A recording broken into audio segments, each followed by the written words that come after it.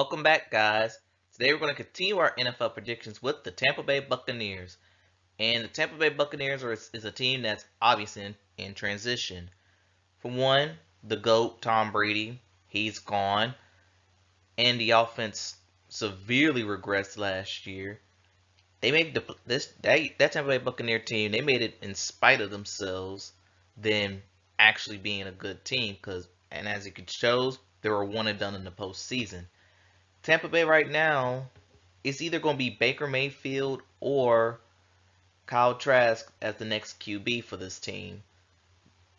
But whatever the case is, I am not high on Tampa Bay this year. Welcome to the basement, Tampa.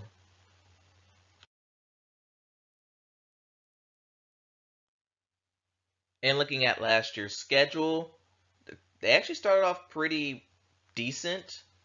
Started off 2-0, getting wins on the road against the Cowboys and the Saints.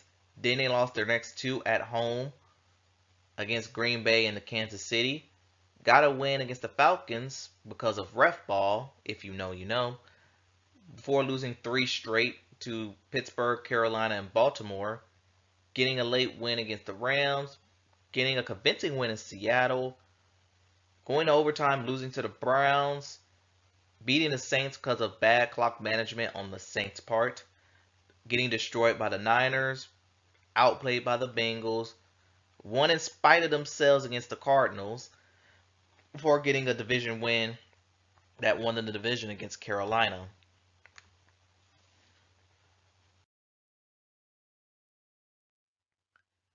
And in the playoffs, they were just no match for the Dallas Cowboys. They were one and done, and what was Tom Brady's final game, they got destroyed by the Dallas Cowboys. And for Tom Brady, that will also be his only loss to the Dallas Cowboys this year, of his career, rather.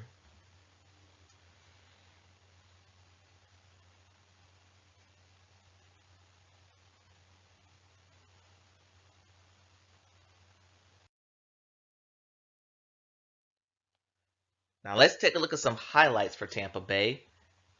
And one was winning the NFC South in spite of themselves than them being an actual good team. 8-9 won their division. The South was pretty bad last year.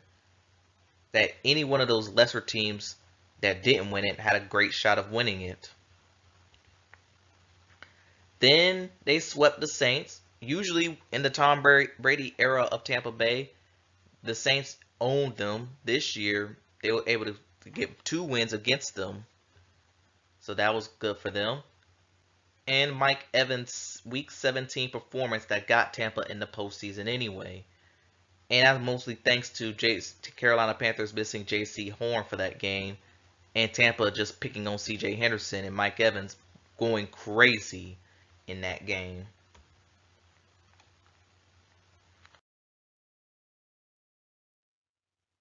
But low lights goes, the offense just looked terrible last year.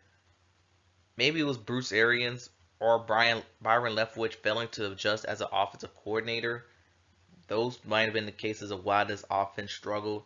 Because there's no way with Tom Brady, granted he's gotten older, Mike Evans, Chris Godwin, Julio Jones, Leonard Fournette, that offense could have done a lot more damage than what it did. And then, obviously, losing to the Cowboys in the wild card round.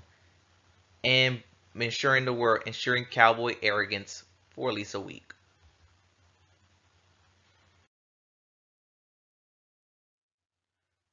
Now for some acquisitions, Tampa Bay didn't really have many. The only big notable one was Baker Mayfield, as he's now entering a QB competition with him and Kyle Trask.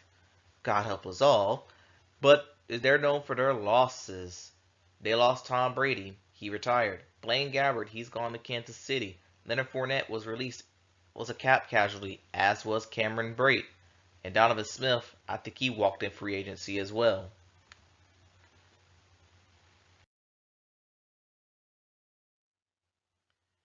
And in the draft, they took Kalijah Cansey, the defensive tackle from Pitt, but they took a meme player in Cody Mock. the tackle for North Dakota State. But the rest of the draft, they don't look like they didn't take a quarterback. So it looked like they're gonna roll the dice with Baker and Kyle Trask. So how will Tampa Bay's schedule look? What do you think their outlook will look at 2023? Let's take a look.